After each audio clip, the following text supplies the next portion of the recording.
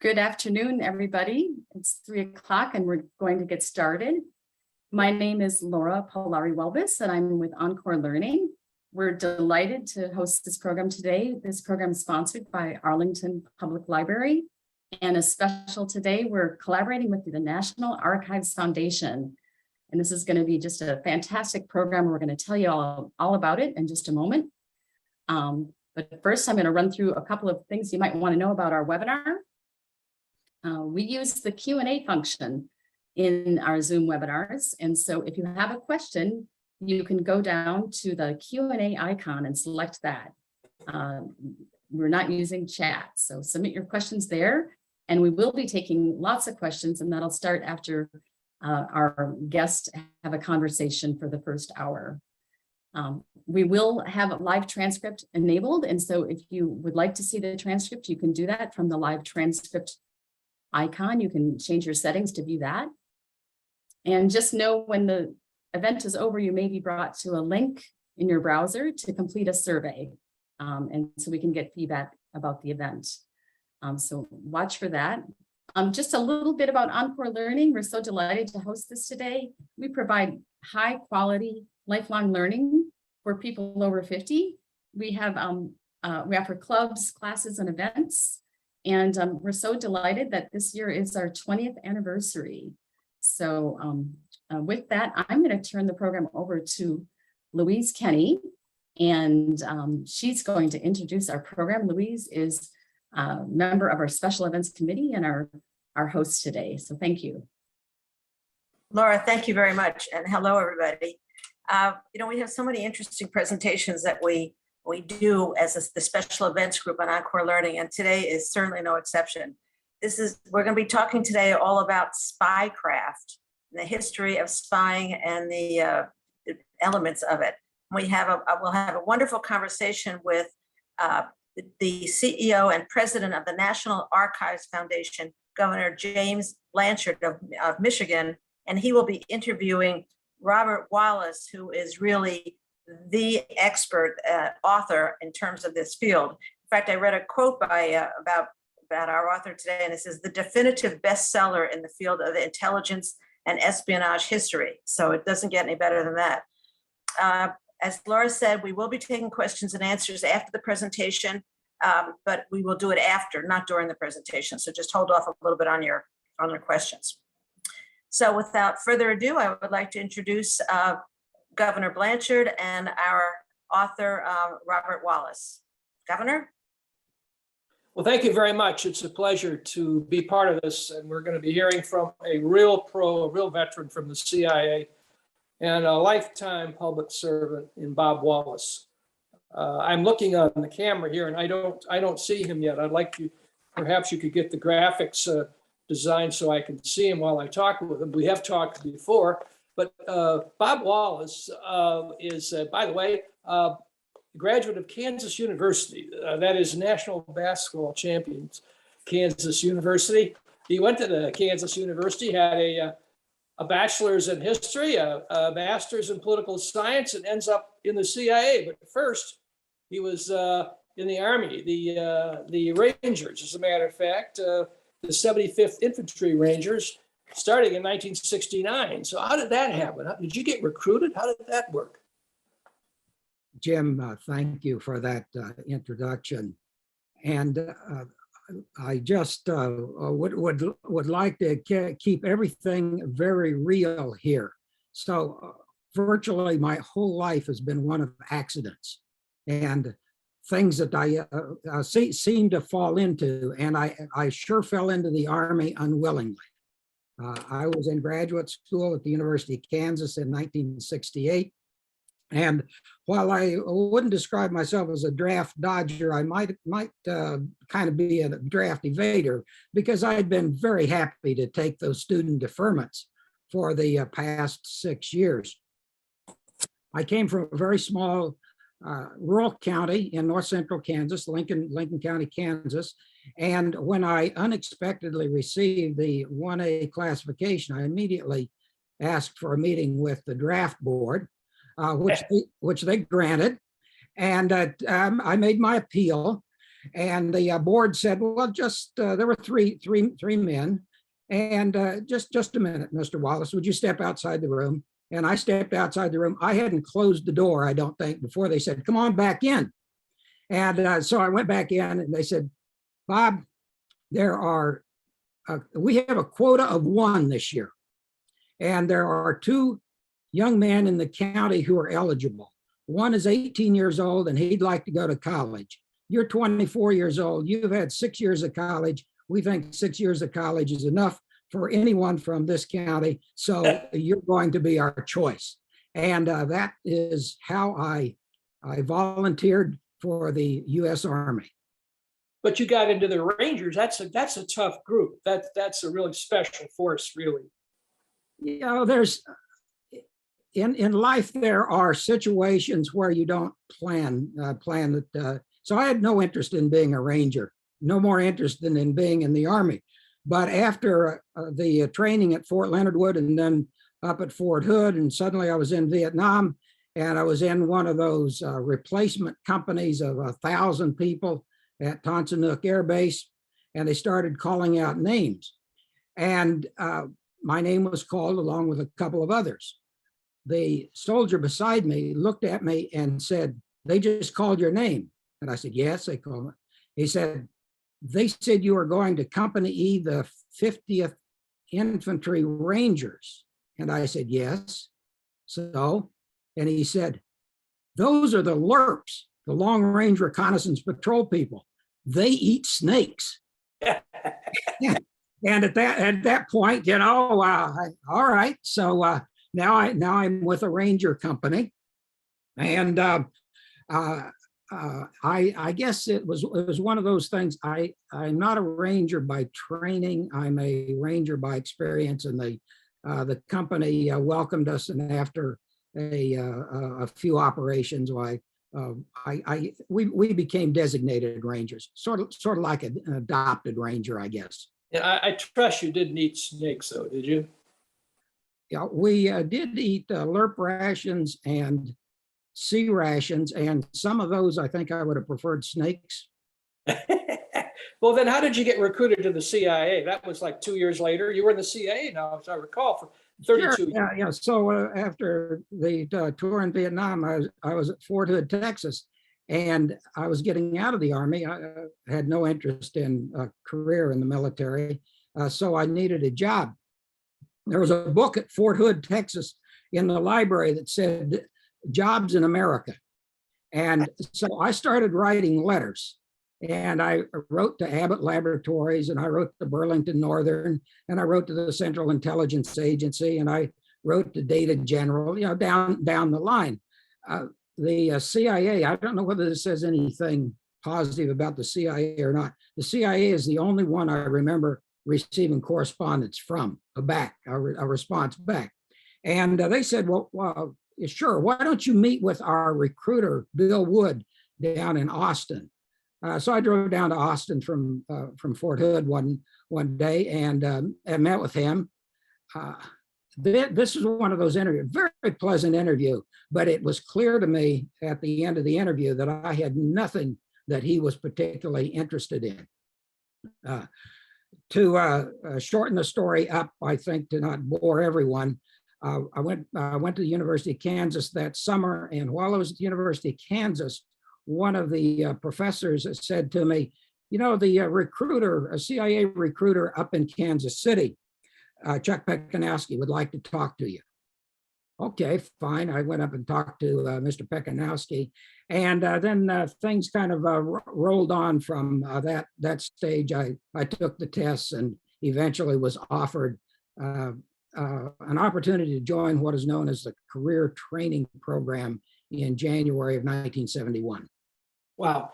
You know, they used to talk about recruiting in Yale and Harvard, the Ivy League gentlemen. Part of it was some of them had language backgrounds, but I know, you know, a friend of mine was recruited from Michigan State University. Another friend was recruited from Southern Illinois. It seems to me that at least during the era that you were working, they were looking for good old patriotic Midwesterners, not just Ivy Leaguers. Is there some accuracy to that? If there was a commonality in our career training class, it seemed to me it was the military background. So there were a number of us who had Vietnam service or some kind of other military service that were coming in at that time. I think I had a couple of things going for me.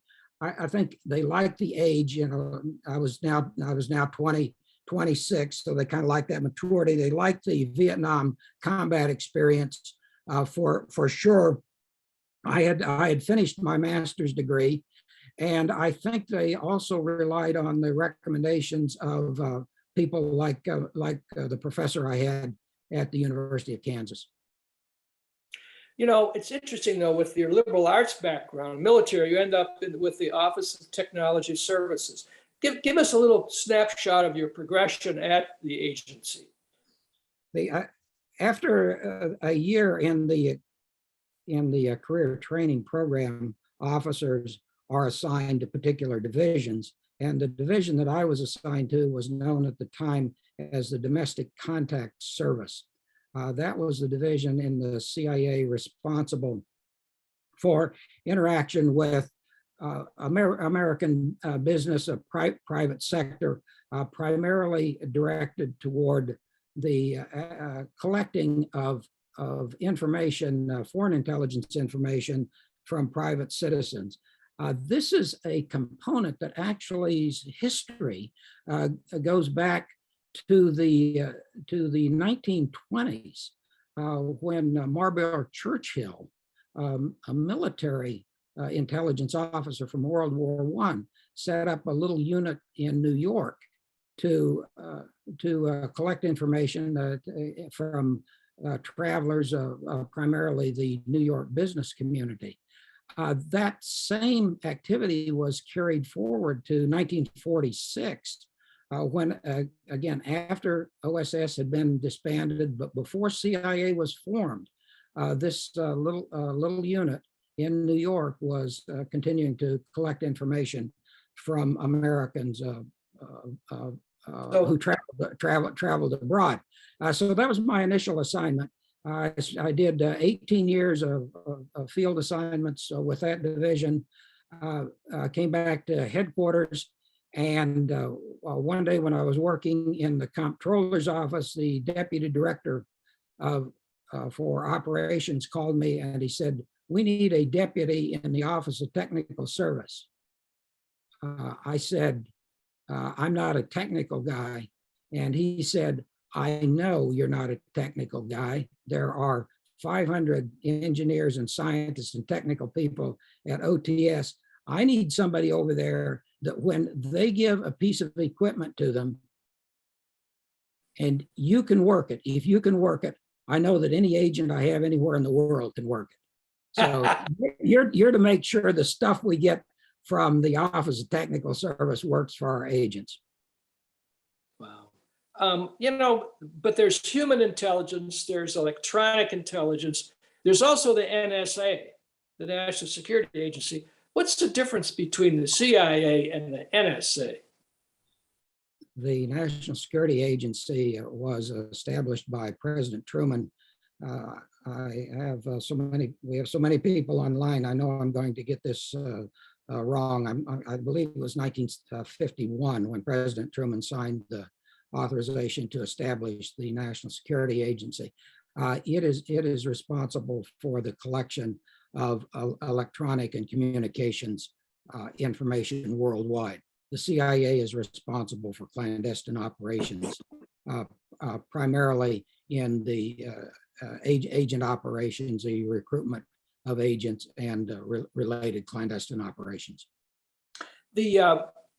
Let's talk about recruiting.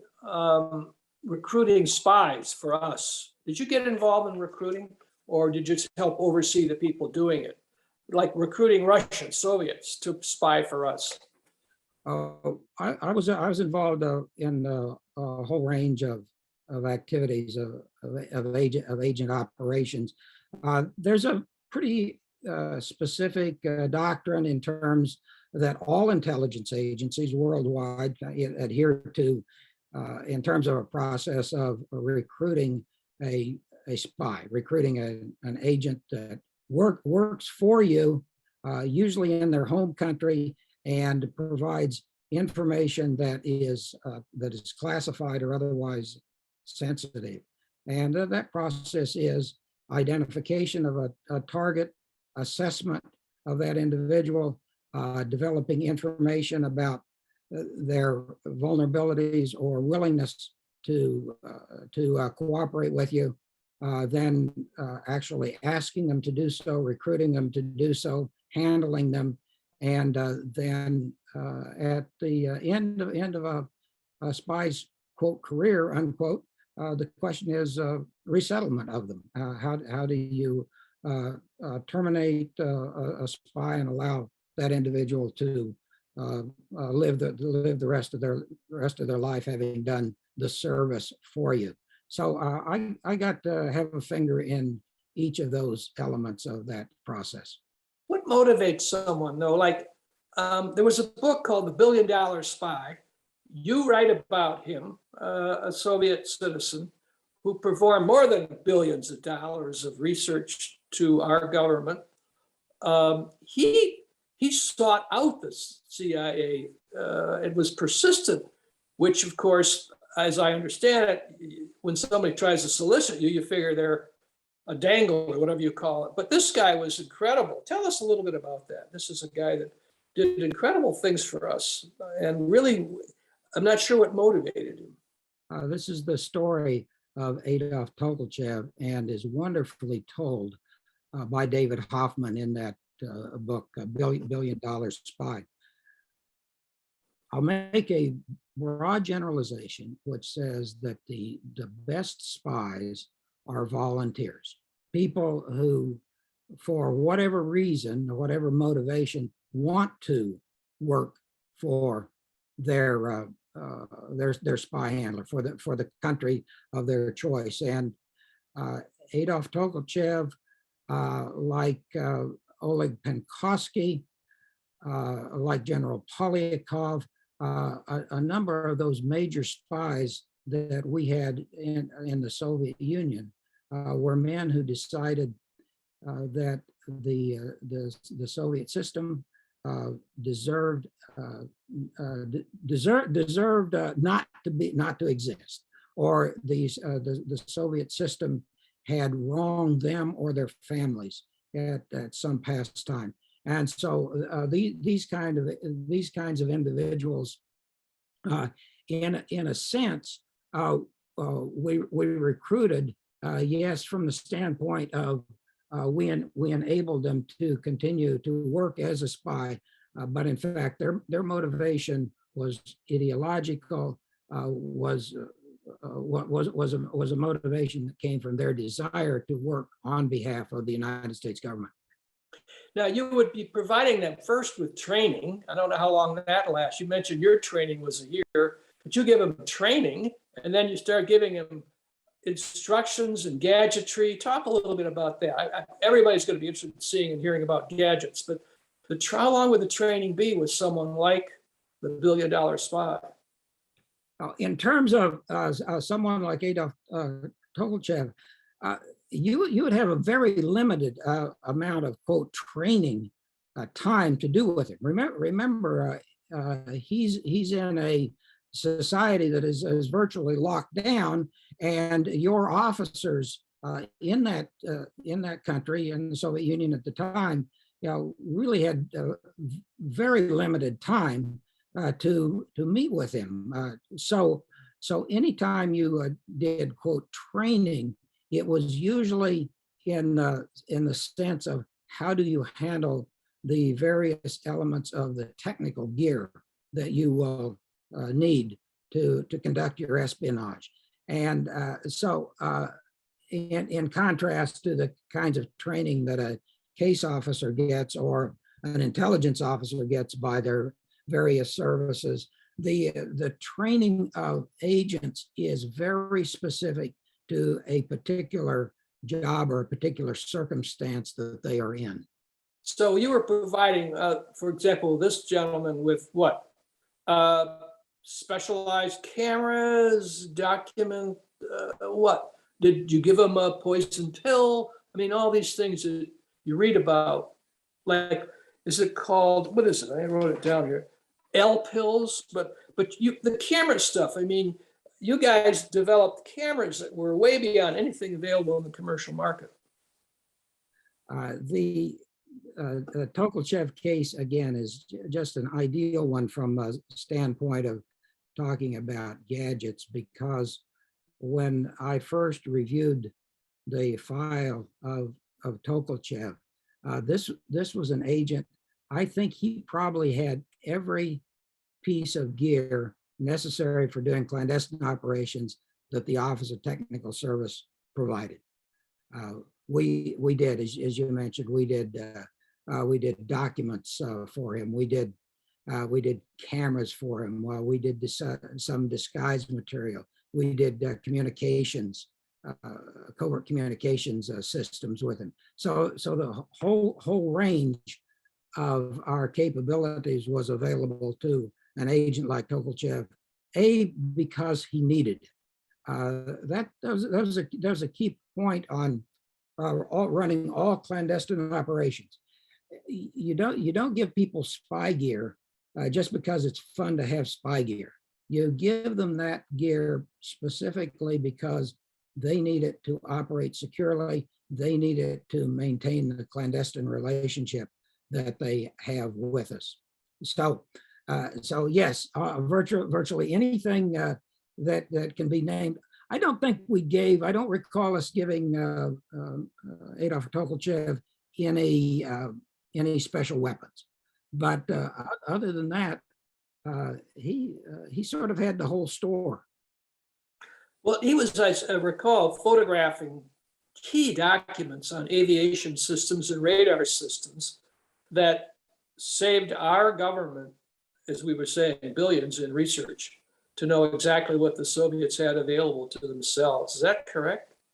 This is really a critical point that you made, Jim, because yes, indeed, he was photographing these various blueprints and drawings. And for that kind of photography, you need very special, very capable kinds of cameras to do that. Now, interestingly, that kind of camera was readily available in the early parts of the Cold War.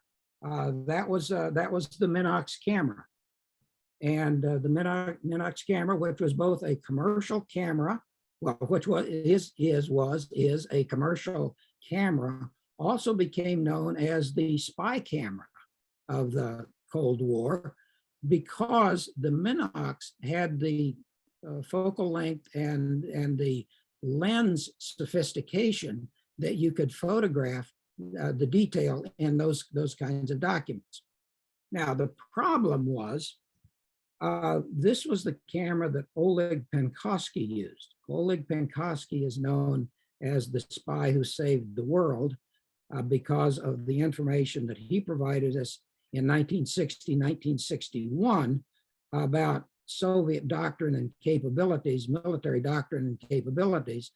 That information was used by President Kennedy, the Kennedy administration, in making the decision about blockading the Soviet shipments of missiles to Cuba rather than going to war. So Penkovsky has this rightly just premier place in American intelligence history.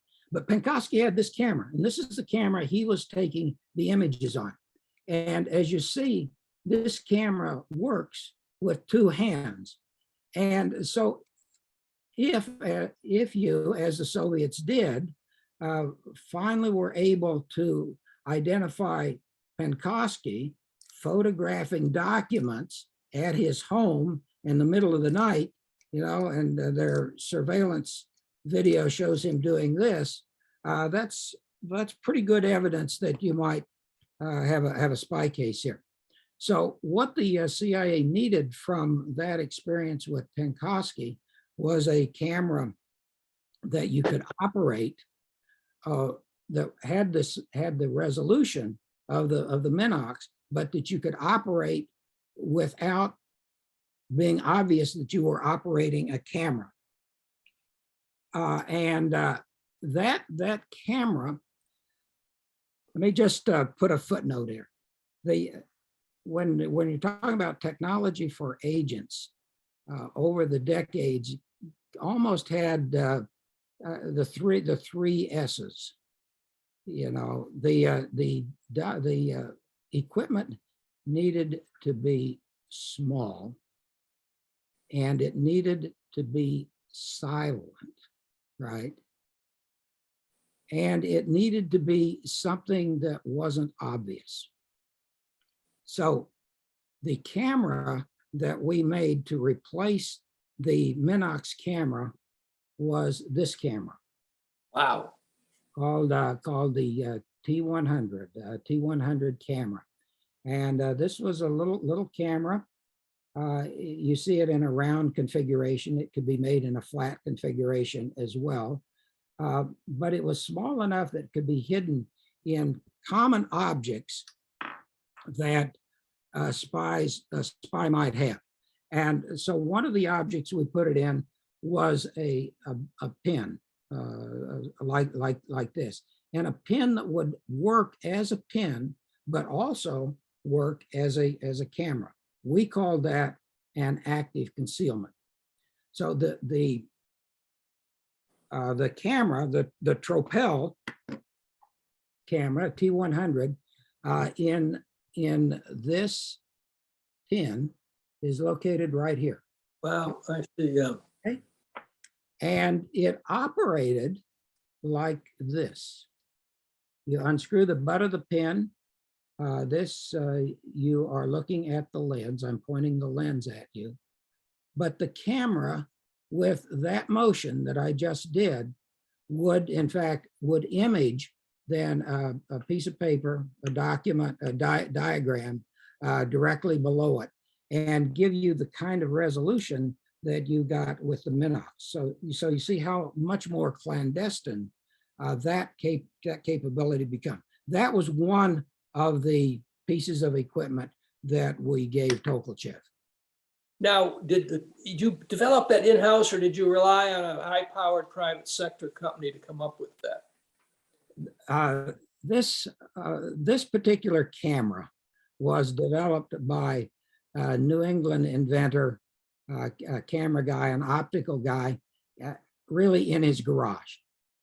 And a fascinating story about the camera, because once we had demonstrated that it was going to be really a capable device for us, we wanted to make sure that we had a continuing supply of those. That makes sense, right?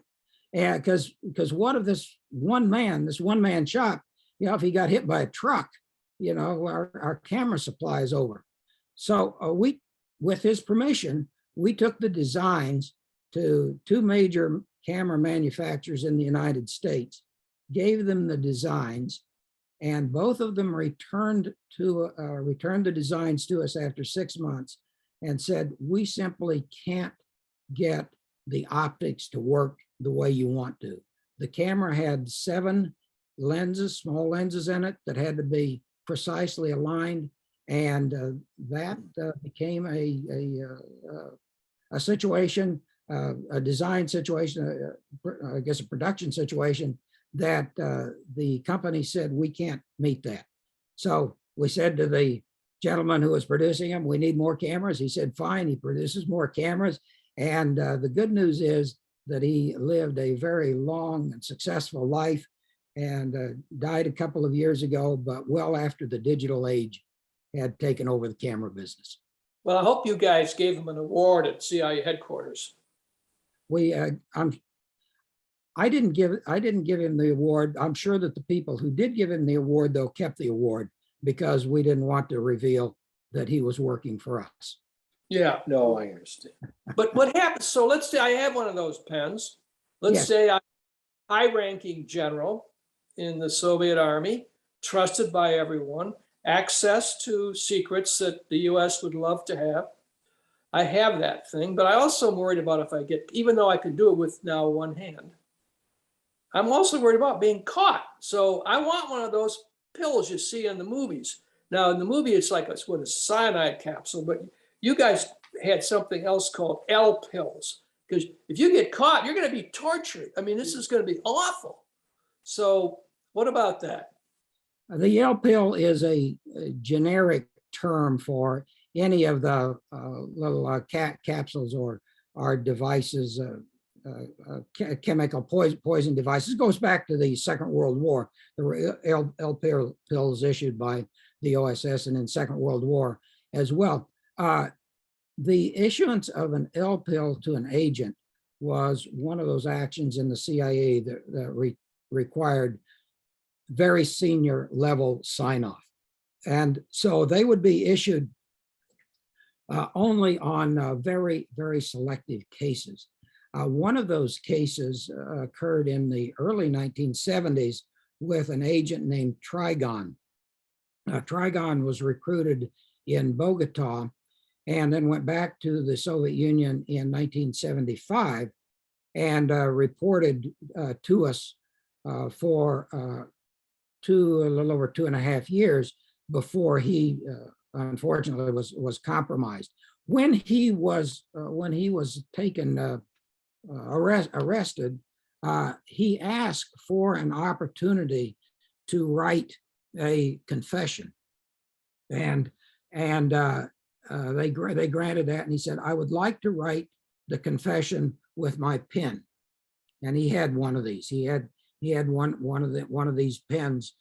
The pen had not only the camera in it, but it also had secreted one of the L pills, and he was able to open the little container where that was and get the pill in his mouth, bite down on it, and the reports are that he died within 15 or 20 seconds after that, rather than subject himself to the torture. So the point is, on selective cases, the L pills are issued.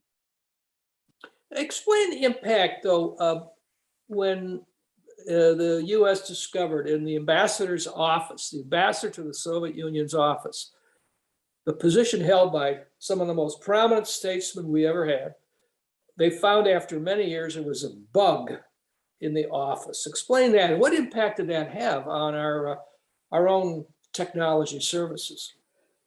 The case began in 1945 when the Soviet Young Pioneers, roughly equivalent to the American Boy Scouts, the Soviet Young Pioneers presented to the U.S. ambassador to Moscow at the time a plaque about a 4 foot in diameter, plaque with the carved eagle, a seal of the United States.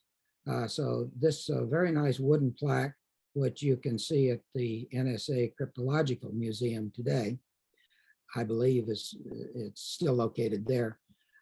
This seal, this large seal, was hung behind the ambassador's desk, and it hung there for 7 years. We did not know until 7 years later, after it was hung, that it included a listening device, passive resonant device that was activated by very strong radar waves, radar transmissions from across the street. And so the Soviets had the capability with that passive receiver in the Great Seal to hear and understand conversations that were going on. When it was discovered in 1952, interestingly, the director of CIA during the time that it was active was Beadle Smith, who had also been Eisenhower's chief of staff during the Second World War. I've often said, as a historian, I would really like to see or know what the conversation was in Beadle Smith's office, the director of CIA, the day that the guys walked in and said, "Oh, guess what we found in the Great Seal over in Moscow." I suspect given the other records of Beetle Smith's sometimes salty language, it probably would have been quite a response. In any event, that was a very sophisticated device. It took us, along with our British counterparts, some time to determine just exactly how that worked. Yeah, but that must have been a wake up. We finally did. We reversed engineer it, and we used it. We used the technology ourselves against some other targets. But that must have been a wake up call on the sophistication of Soviet technology. You know, I think I could make a pretty strong case that the CIA really didn't begin to match the Soviet surveillance capability, clandestine surveillance capability, until 1960. This would have been 1960 was following the patent and the invention of the integrated circuit by Jack Kilby. Jack Kilby was a Texas Instruments engineer, won the Nobel Prize for the integrated circuit. And that integrated circuit was really the technology that allowed the CIA, the technical people in the CIA, to develop some very sophisticated bugs that then could be both powered by batteries, by commercial batteries, and they usually had the initial device in the 1962 when we first deployed what's known as the SRT-3 was about the size of the cigarette pack or a little bit larger. Now you had also had to have a battery and an antenna associated with it, but this was the device. This was a remarkable breakthrough in terms of surveillance devices, audio devices that we had. But you know, I'm reading in one of the chapters of your book, and I didn't read the whole book. I wish I had, but I will. You talk about sending guys down manhole covers in Moscow to install surveillance devices, audio, I guess they would be. Tell us a little bit about that without getting too much in the muck down there, because they were standing in muck, I understand. Well, it was a little wet for sure, and it's a thick book, Jim. So I'm not surprised that I would read it in chapters myself. I think so the question, as technology develops, all spy agencies try to figure out various ways to exploit that technology. What was done in Moscow was, in one sense, something that had been going on for decades. Once the transatlantic cables were laid, communications between Europe and New York, they immediately became the target of intelligence services as to how to tap those. The Moscow operation that you are referring to in the 1970s was another iteration of that, because the target was a cable, a communications cable that was running from one of the Moscow-based research institutes, military research institutes. And so we wanted to pick up the traffic on that particular cable. The engineers at CIA developed a sleeve that would go around the cable, and through the technology of induction, they could pull off the traffic that was running through the cable. It was stored or transmitted to a recorder that was buried very near where the tap occurred, and that was the operation. So the operation involved our officers being on the streets, on the Moscow street, both doing something to that cable, crawling down in the manhole into the cable tunnel and attaching the device, and then subsequently picking up the tape recorders and refurbishing the batteries in the system that was operating. So they're gonna run over to, they're gonna wait till there's no traffic or in the middle of the night, run over there, pull up the manhole, go down there and do this? And then get back and put, I mean, this sounds, So that's the genius of really clandestine operations. And so the question becomes, well, how can I get to the manhole without being detected? And in the particular case that one officer described, that became resulted in his family having this pattern of having a picnic every couple of weeks at a certain park in a certain location. So week after week, they would go to this location and have a picnic. On the particular day that the operation would occurred, they did the same thing. And the man, in this case, the father, just wandered off for a couple of hours and made his way through woods that were at the park. Got on a little bus, took a little bus trip, did a little walk, took a little hike, and eventually ended up at the manhole. He had the equipment in a backpack that he was carrying. He was dressed like a Soviet citizen, and it worked wonderfully well.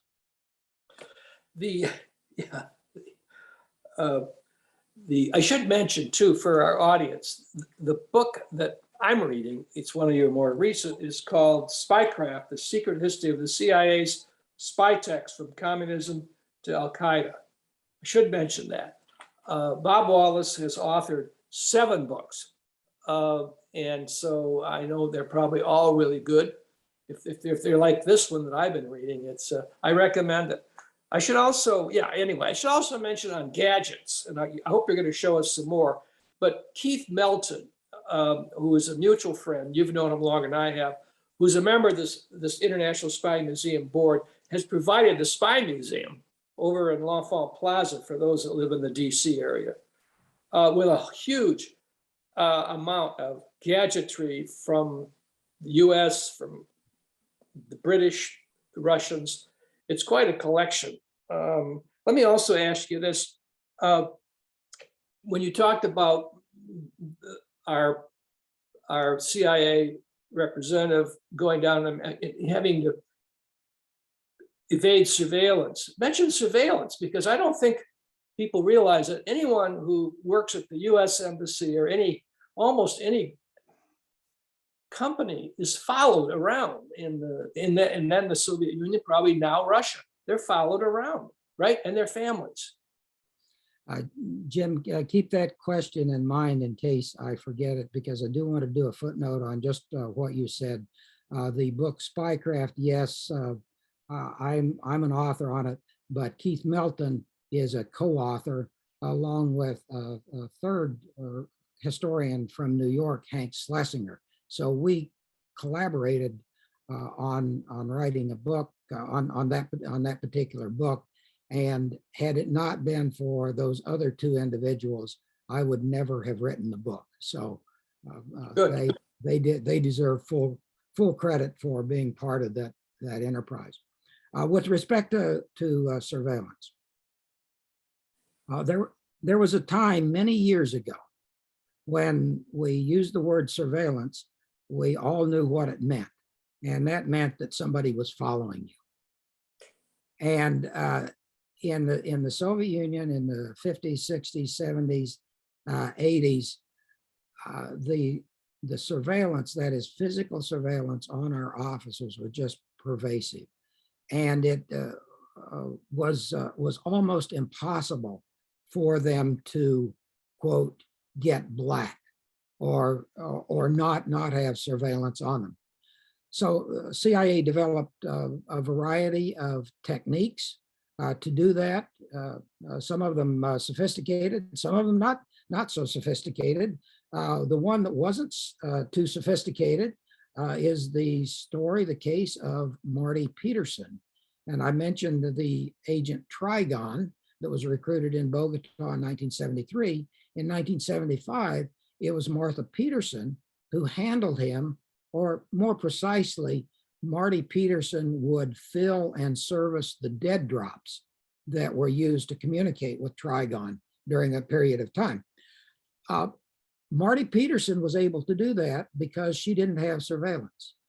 And the reason she didn't have surveillance was that although she was assigned to the US Embassy in Moscow, and in her case as a consular officer, at that time, the Soviet doctrine of counterintelligence didn't really anticipate that women would be case officers, would do case officer work, and particularly not young unmarried women like Marty was when she went to Moscow in '75.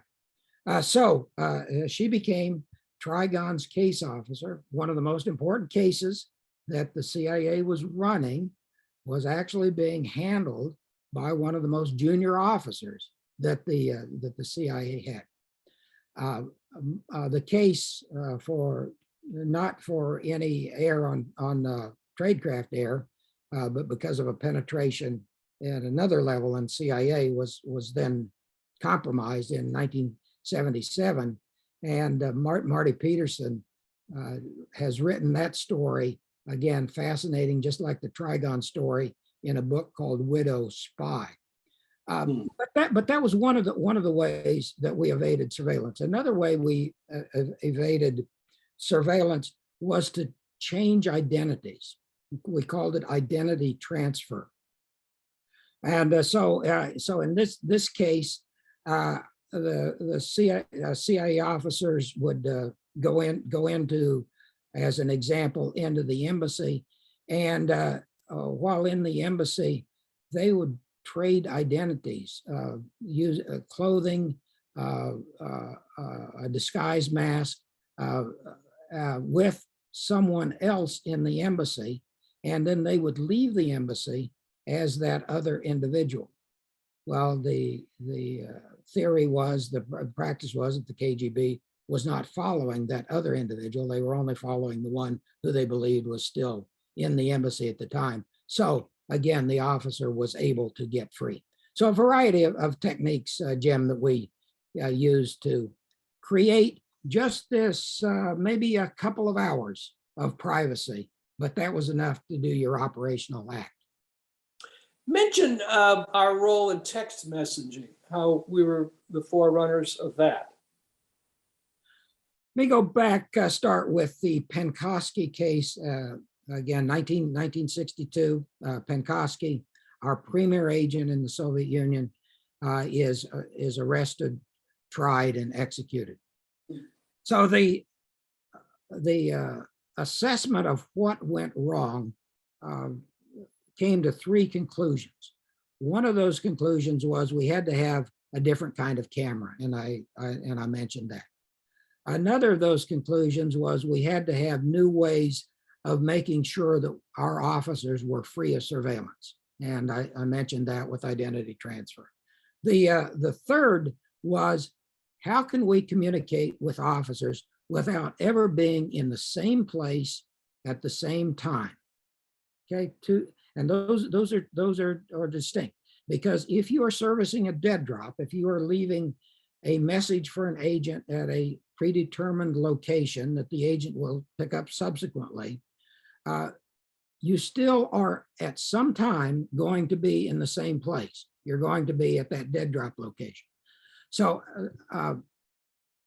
the immediate answer is, well, aren't there telephones? Well, sure, there are telephones in the Soviet Union. The telephones were, you might as well have been calling the KGB number directly, because they were listening. So what can you do to separate the agent and the case officer completely and permanently? The idea that arose, and again, thanks to integrated circuits and the developing communications technology, was we can send short messages over a distance of about a quarter of a mile between two units, two handheld units. And I can give an agent a unit, I can give a case officer a unit, and they can be separated up to a quarter of a mile and yet exchange information between those two units in less than 3 seconds.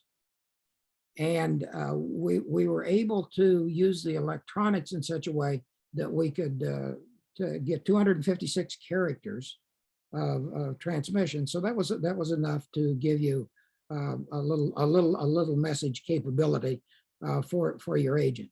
That system was called Discus.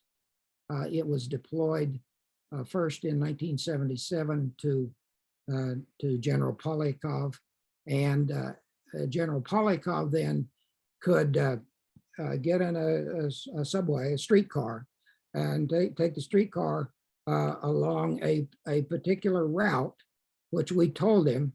And we told him, when you get to a certain location, push the button and it will send, and you will get an immediate reply on it.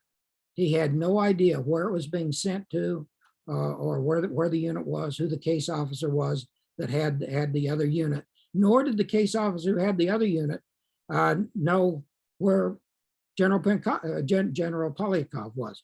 So it satisfied that requirement, which said, how can you exchange information securely and never be in either the same place or at the same time? No personal aiding necessary. So that was the forerunner of text messaging, basically. Well, I consider it the first text messaging. Yes. Now, the text messaging then developed rapidly in the 1990s, technology in the commercial sector, and so it was used. A form of it, a more advanced form of it, was being used in 2010 by the 10 Russian illegals who were arrested in New York. If you remember that particular case, the most famous of those illegals being a woman by the name of Anna Chapman. And Anna Chapman had a form of this clandestine text messaging in her computer, and one of the other illegals could drive by or take a taxi by a location where Anna Chapman was, and the two computers would exchange information instantly while really on the fly. Great technology. Yeah. I got a kick out of reading about you guys trying to pay our assets, that is our spies in the Soviet Union, in rubles. Now, did all of them require money, or was it something they thought, well, if they're going to do all this, they'd certainly like some money, or maybe a bank account in the US or something. But I got a kick out how you tried to figure out how to give them a lot of rubles in a way that was not obvious. Well, every agent was different. Every case was different. Some were very interested in having money in their hand. Others, and probably this was more common, were quite satisfied with the CIA setting up an escrow account, and at such time as their spying services was over, those they would be resettled, and they would have access to that particular escrow account. I have one. I don't know whether it's tragic or whether it's kind of humorous and tragic. One of the responsibilities that I had when I was in the field officer was working with some officers, agents who were being resettled, and we had this one case, and he had an escrow account of something in the order of $500,000. At the time, this is in the 1980s, so that was when $500,000 was still significant. You know, you could still buy a house in Washington for less than that. And so the 1980s, for the few of us who remember on this, remember the 1980s, Jim, there was some fluctuation in the stock market. Well, the stock market was going very well. And this particular gentleman said, Bob, I said, I got my money's in a savings account, and it's only making 4%, and the stock market's going up. He said, I got to get in the stock market. Well, you know, the stock market goes up. I got to get in the stock market. I got to get the stock market. Well, you know, this man has his, I mean, he's free to do what he wants to. So I found in the particular city I was a very respectable stock broker and said, all right, here's a man that wants to invest with you. So he talked to him and he said, you know, this man really shouldn't invest. I mean, he just leave it where it was. He said, no, he's got to do it. Well, of course he did. And 3 months later, the stock market went just exactly the wrong way. And now he has $350,000 rather than $500,000. Bob, what did you do to me? How could you let me do this? So, you know, escrows, that's a little off the point of escrows, but, you know, you can, escrows were one of the ways that we compensated our agents. Do you have any other gadgets you want to show us? We've still got a few minutes, but is there anything else you've got in front of you that we would be interested in? This is pretty interesting, Jim. You'd rather see gadgets than hear me tell stories, right? I'd rather hear And you. that's But my audience might want to be, you know, some of my friends are watching and, you know, they've heard enough of me and probably, I don't know, they probably haven't heard enough of you, but if you have another gadget, pull it out. I got a couple gadgets, but got to tell one story before I show another gadget. And that is one of the jobs I had during CIA was I had a lot of opportunity to work with congressional people, the staff, and I really enjoyed that. I worked on Capitol Hill a while before I joined the CIA, and these were great people.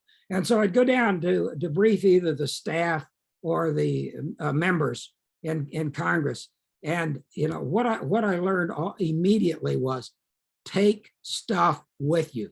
They want to see things. They want to hold stuff. So with that background, I'll show you three of the most important items for a case officer: thumbtacks, white tape, and chalk, because these are three non-alerting items that can be used anywhere in the world to provide a myriad of signals.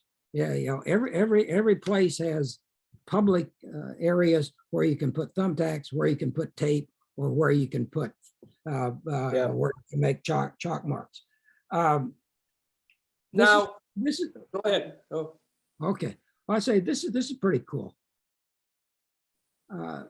Now, for probably anyone who is 22 years old or something that's watching this, this is not nearly as amazing as it is to me. This was a late 1970s technology of the CIA that we attempted to put in a dragonfly, or we actually did, a little surveillance device that with a transmitter, a receiver, a recorder, and a transmitter, microphone and a transmitter. And then the idea was to fly in a butterfly or a dragonfly onto a target area, and then pick up audio from the people in the room or the people around the table that might Was it effective? That one, no, it wasn't. It was one of these successful in the labs, not operationally. But that was only because the technology wasn't there. Today it is. You can do something like that today. You had the battery power and all of that. Here's a microdot. Many people have not seen a microdot, but have heard of a microdot. And it's that little thing right in the middle. Microdots are fascinating because they were first used in the Civil War, right after photography had been invented. Essentially, they were rediscovered 100 years later when the Germans and Russians began using them more extensively in the Second World War and post Second World War. So the microdot is a reduced image People say, well, it's the size of a period. Maybe it's usually a little larger than a period because if it gets too small, you can't see it. But I thought what might be interesting to folks is how one of the kinds of readers that were used for microdots. And can you see that Stanhope's lens right between my fingers? Yeah, I can see it. That's a magnifier. There's a magnifier, and you can get up to 50 times magnification with one of these. And if you put a microdot on the end of one of these readers, obviously something this small can be sent to agents in various places in the world in any number of concealment kinds of devices. I love this one because this was first used in Vietnam, and this is not real tiger dung, but it looks like real tiger dung. Yeah. And you can put a transmitter, you put a transmitter in that, pull out the little pin and activate the battery. And this was effective in Vietnam for bringing as a beacon for aircraft that would make drops in certain areas. Wow. Okay. Well, now I noticed we're going to move into questions, I think, shortly, but maybe somebody will ask you about the acoustical cat, which didn't quite work, or how you use bullfrogs to protect our agents in Africa.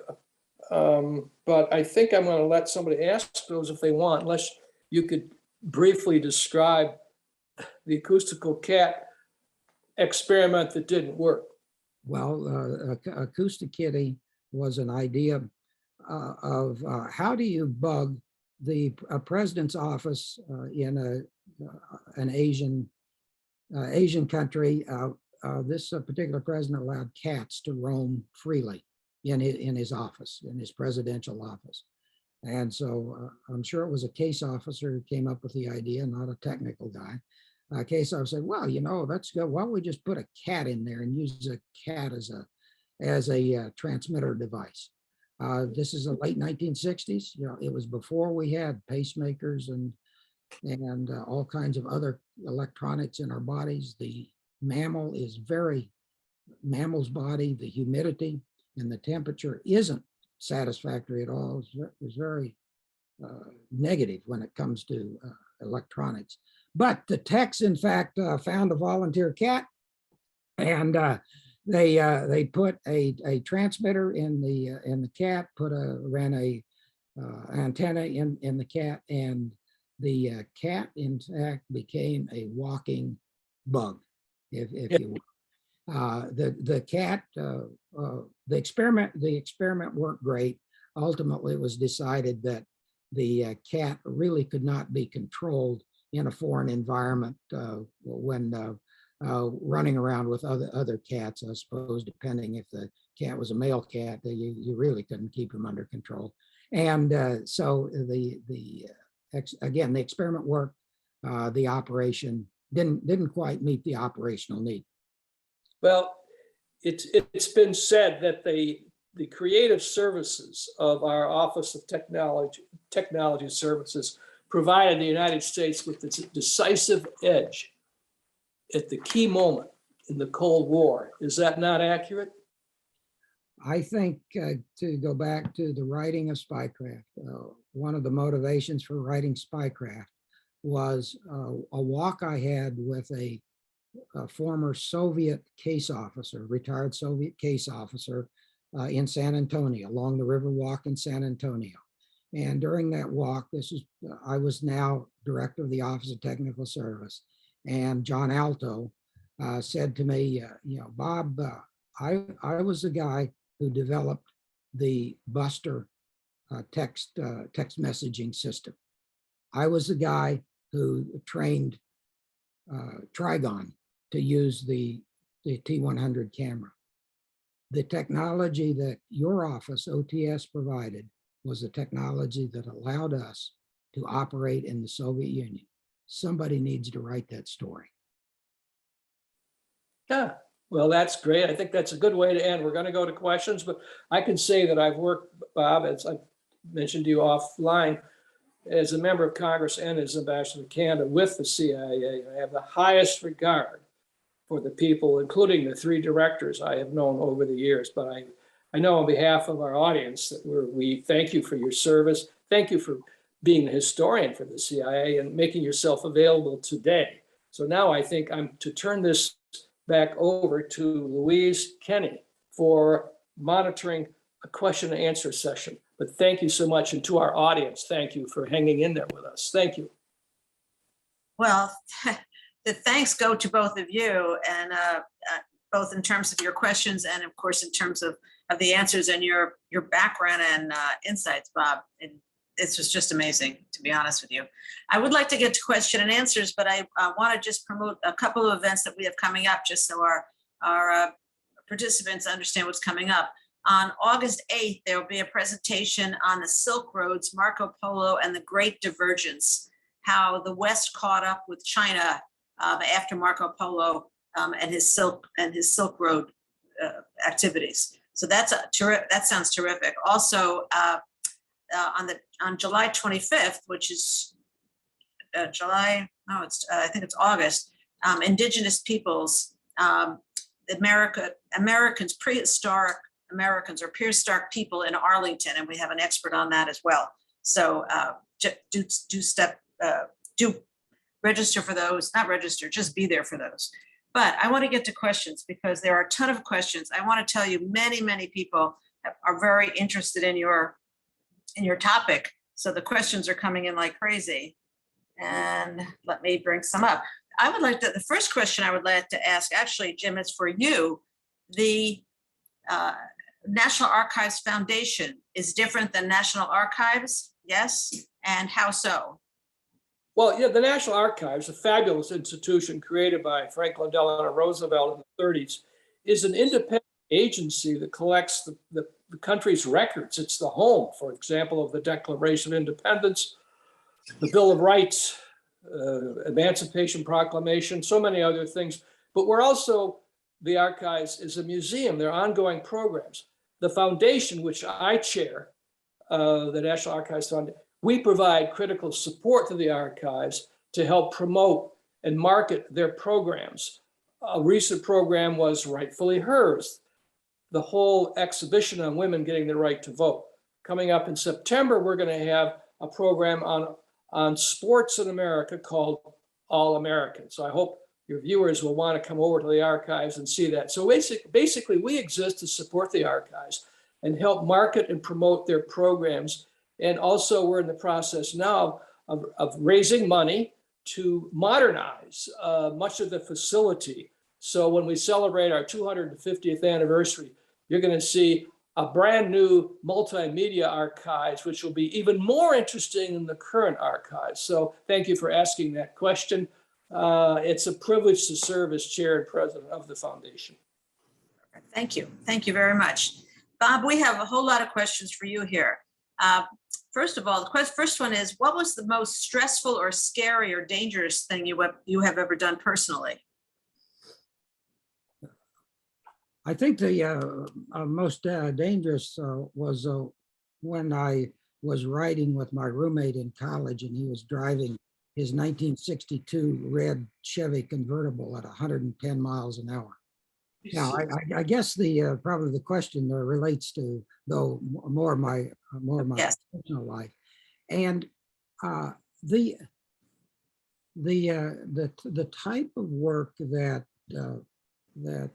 we did when I was active, and I have to kind of shake my head sometimes when I realized that people who joined the CIA after 9/11, some of those officers are today eligible to retire. So putting in that context, and I retired in 2003.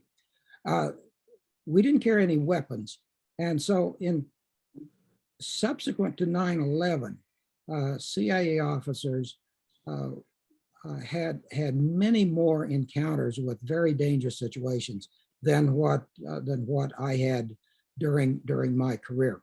So I certainly would consider it a career of fun, of fun and excitement, but not necessarily one of particular danger.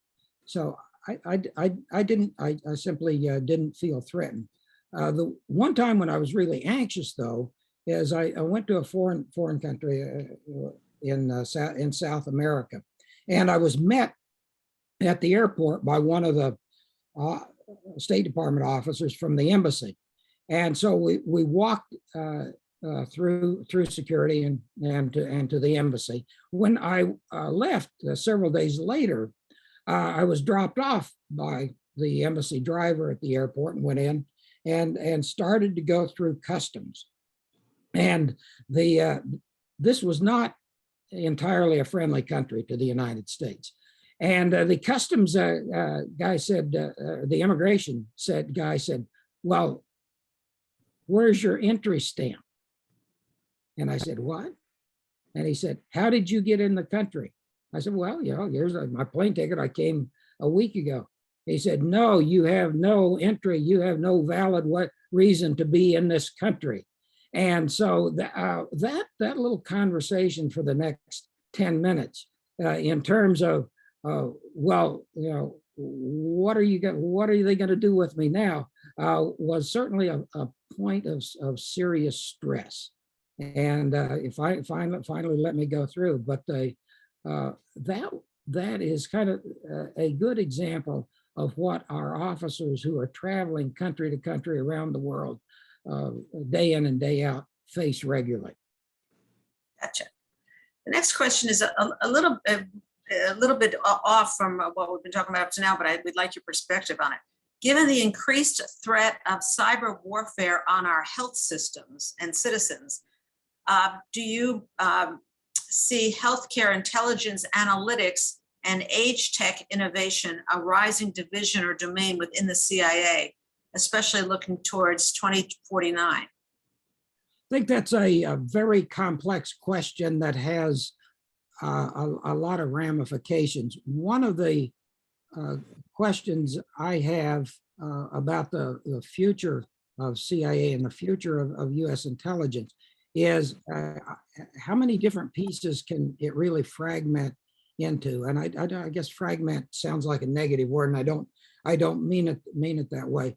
But since the CIA was formed, we've had NSA, we've had the Defense Intelligence Agency, we have the National Reconnaissance Office, we have NGA, the Geospatial Agency, and as these other demands occur, are we going to organize our intelligence community by continuing to create additional agencies, organizations that follow a particular technology or follow a particular topic, or are we going to try to keep that all in one organization?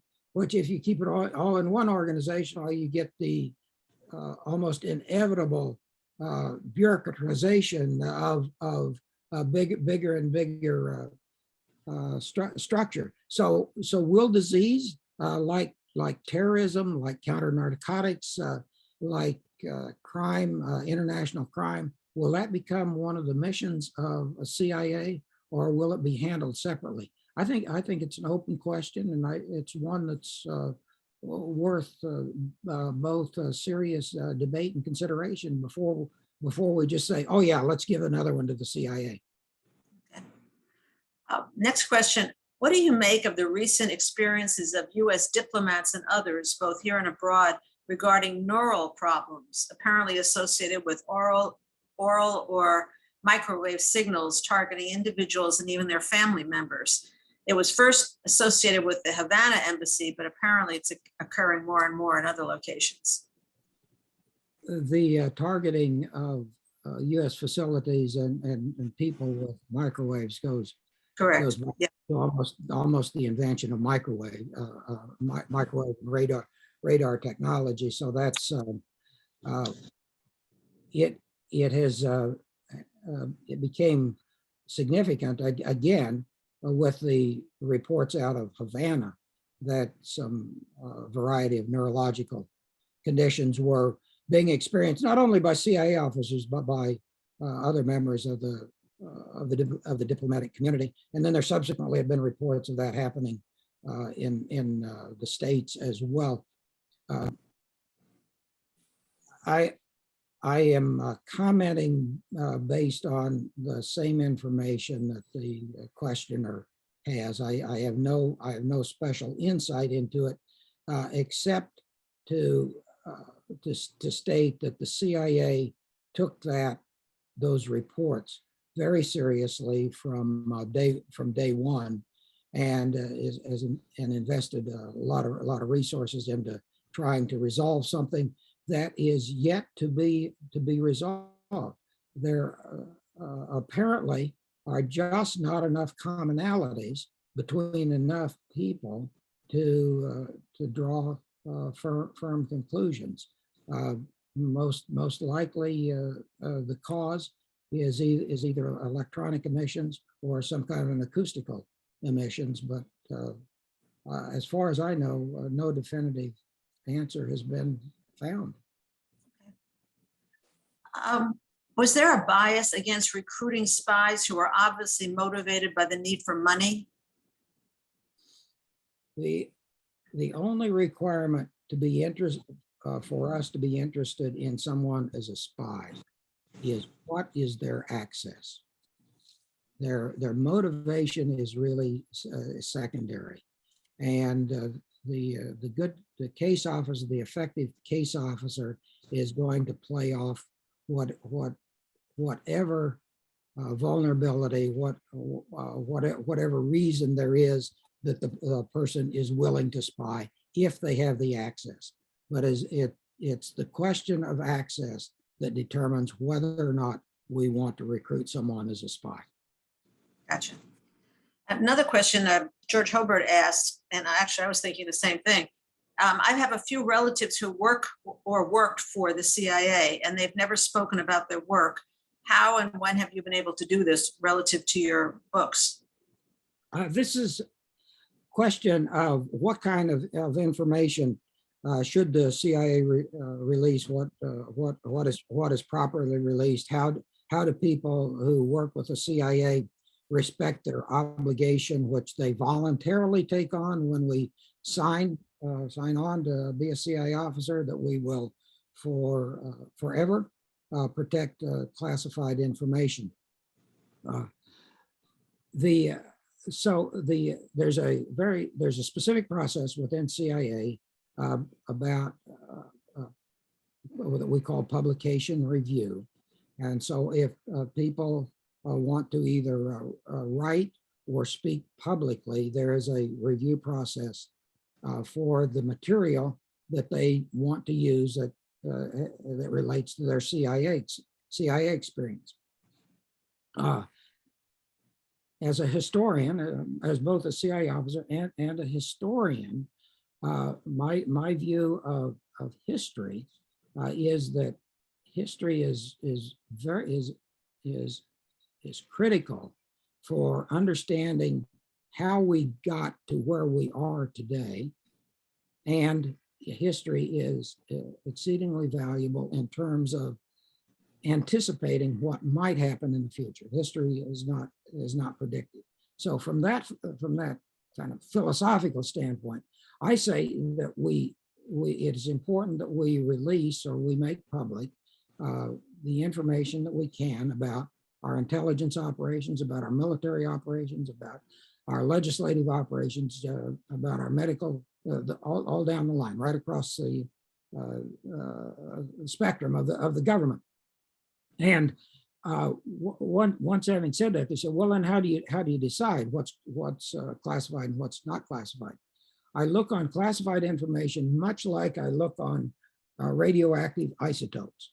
Classified information and radioisotopes have half-lives, and the sensitivity of classified information has a half-life. Sometimes that half-life might be a day, sometimes it might be a year, sometimes it might be 50 years. I don't know what, but it is what people of sound historical judgment, I think, looking at materials both inside the CIA as well as materials that officers might want to talk about or use, I think is the right answer to that question. Another question is, what kinds of problem-solving methods led to developing the innovative solutions to some of these CIA problems that you mentioned earlier? What is the method used in the CIA for problem solving? I'll speak just to the element of what kind of gadgets. How do we solve the problem of ensuring that our agents and their officers can operate clandestinely in the environment that they happen to be in? And it is almost always driven by a requirement that we need to do X. We need to be able to get free of surveillance for 2 hours in Moscow. You know, how can we do that? And whether that is a technical solution or some kind of a tradecraft solution, I think CIA is pretty agnostic on that.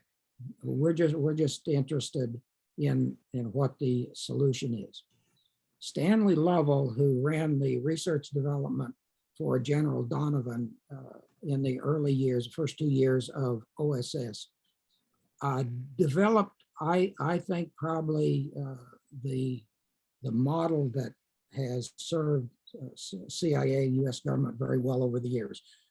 And he kind of had a three-step model. One, he said, in terms of technology, if it's commercial, let's use it. Let's adapt it to our needs. Secondly, he said, let's send our technical officers to the field, to the front lines, so we know what the real issues are, what the real needs are of the people who are going to use the equipment. And the third principle was, look, we don't have time to build a series of classified national laboratories like the British have. So what we're going to do is turn to our commercial companies, and we're going to trust them. We're going to tell them what we need. We believe they can keep secrets, and we're going to allow them to design and produce some of the equipment we need. All three of those elements continue in the CIA and today, and I think they've proven just to be enduring. So that would, there isn't any help that the CIA will turn down in terms of developing a technical capability, be it a garage or a big company. Gotcha. Question about, when our Soviet agencies, quote, retire, where do they go to live? In the US or Switzerland or elsewhere? Usually the question of what do we do next has been resolved early on in the relationship with an agent. Some prefer to come to the United States, some prefer to go to other countries, some prefer to stay in Russia. General Polyakov was an example of that, given multiple opportunities to resettle somewhere outside Russia. Said no, this is where my family is, and I believe my security is fine. I don't want to go anywhere else. He was right until he had 5, 8, 10 years of retirement, until Aldrich Ames, Trader Aldrich Ames, gave him up to the KGB. And then what happened to him? He died. He was imprisoned or executed? He was executed, yeah. He was executed. Yeah. A sidelight. Maybe I just do a footnote here. It was very interesting to me that Aldrich Ames betrayed these dozen or so of our agents in 1985. And they were all executed, as far as I know, between 1986 and 1999, in that period of time. I think General Polyakov was maybe 88. Regardless of the exact date, it was exactly at the same time that Mikhail Gorbachev was the head of Soviet Union, General Secretary of the Communist Party. He was the Soviet boss. And anytime I read articles about, Gorbachev and his, what he did while he tried to change the Soviet Union, I just think of those 12 or so agents that he signed off on their execution.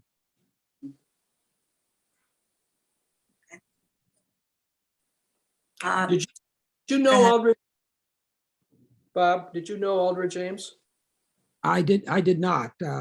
I saw him smoking at the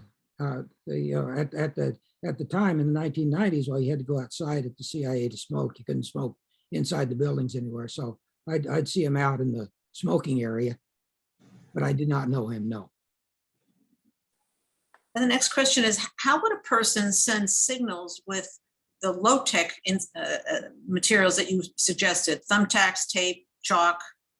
How are those used? Sure. This would be called signaling in our business, and so you would have an arrangement with an agent that if for example, a red thumbtack appeared on a bulletin board, a public bulletin board at a certain park location, that meant that a dead drop had been filled.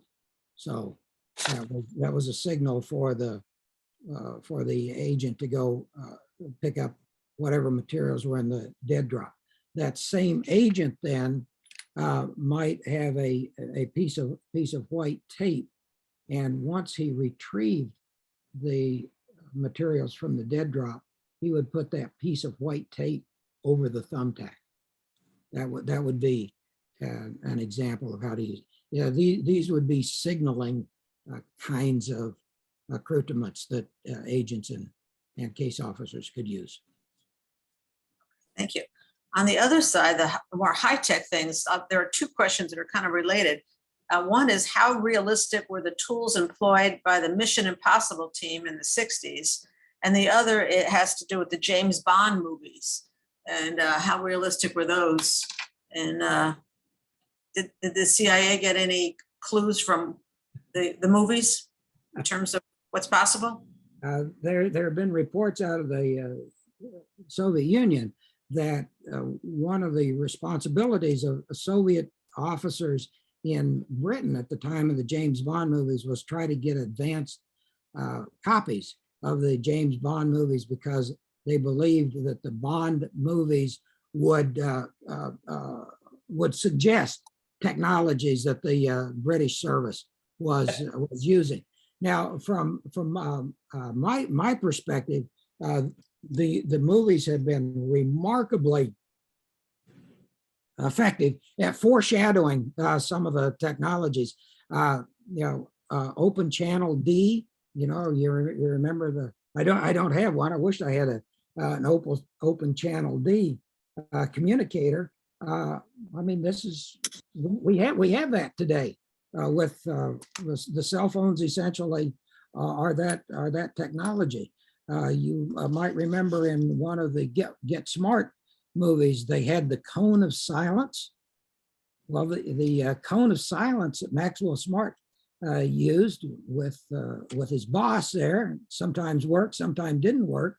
That was about 5 or 6 years before the CIA developed what was known as the secure shielded enclosure that, again, prevented people from listening on conversations. And that enclosure was installed everywhere in the world. Jim might have been in one from time to time. I had one as ambassador to Canada, because you never know who was eavesdropping on our embassy in Ottawa. Not the Canadians, but yeah. Well, Maxwell Smart had that before you did, Jim. Yeah, that much. So we're getting towards the end of our time. I'm just going to take one or two more questions. I thought this was interesting. How has the emphasis and dependence on human intelligence changed over the last 20 years? the things that humans had to do or were necessary for humans to do in the 1950s has just radically changed. I think I would sum that up by saying that 20 years ago, technology was a necessary part of human operations, agent operations. Today, that technology often can perform the same kind of collection that previously humans would have to do. So in a sense, the human has become the assistant to the technology rather than the assistant becoming the rather than technology being the assisting the human. Gotcha. You left us with a cliffhanger about the bullfrog. So can you elaborate on what that means? The bullfrog is not a story that I have personal experience with. It is sort of like the geese story. You know, animals have been used throughout intelligence history in a variety of interesting ways, and both geese and bullfrogs provide a very effective, in the right environment, provide a very effective forward observer service for people, officers or families who might otherwise be threatened by untoward visitors. Gotcha.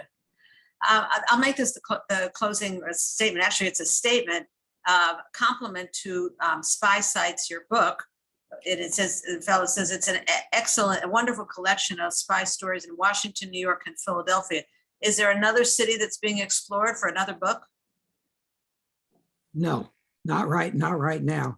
Although I've said I think we should do a series of spy sites of America, because every state in America has some spy stories. The reason Philadelphia, New York, and Washington were selected are because we wanted to try to capture intelligence history during the history of the United States. And these three cities, because of what they were, the capital, the size, the time of when they were established, all of that were the obvious selectees on that. I would simply say on Philadelphia, though, and this one was fascinating to me when I finally kind of caught this, is that before we had founding fathers, we had a gang of spies. And the founding fathers were a gang of spies in Philadelphia before they were ever founding fathers. On that intriguing note, I think we're going to have to close down. We're a little bit after 4:30.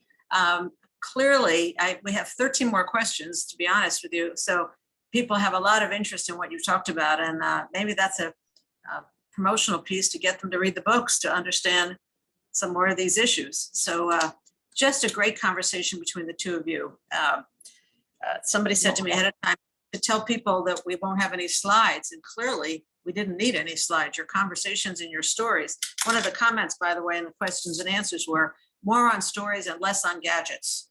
So the stories were highly compelling. So thank you very much. So, and to both of you, really, the questions, Governor, were just great too. I mean, clearly you know each other and like each other, and they're very insightful. So very interesting author, and your insights into the spy business were much appreciated. So thank you. And Governor, thank you for you. And everybody needs to go to the National Archives. Now that it's being renovated, it's even better. So Thank you. Okay. Thank you. Oh, my pleasure. So thank you very much, everybody. And we will see you in 2 weeks. Okay, bye now.